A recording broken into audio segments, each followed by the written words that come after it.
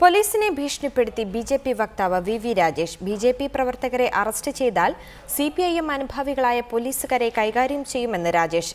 ഇതിനു മുൻപും ഇങ്ങനെ ചെയ്തിട്ടുണ്ടെന്നും ഒരു പൊതുയോഗത്തിൽ രാജേഷ് പറഞ്ഞു. റിട്ടയർ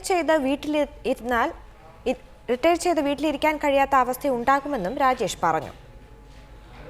ബിജെപിയുടെ പ്രവർത്തകരെ ആക്രമിച്ചവർക്കെതിരെ കേസും നടപടിയും എടുക്കാതെ സിപിഎം അക്രമികളെ സംരക്ഷിച്ചുകൊണ്ടാണ് മുന്നോട്ട് പോകുന്നത് എങ്കിൽ പലിശയുടെ പലിശയും അടക്കം വാങ്ങിക്കുവാൻ വേണ്ടി നിങ്ങൾ തയ്യാറായിരിക്കണമെന്ന് ഈ അവസരത്തിൽ ഞാൻ നിങ്ങളെ ഓർമ്മിപ്പിക്കുകയാണ്. ഇതിനേക്കാൾ വലിയ സിപിഎം ഭക്തന്മാർ പോലീസ് ഉദ്യോഗസ്ഥന്മാരായിട്ടിരുന്നിട്ടുണ്ട്.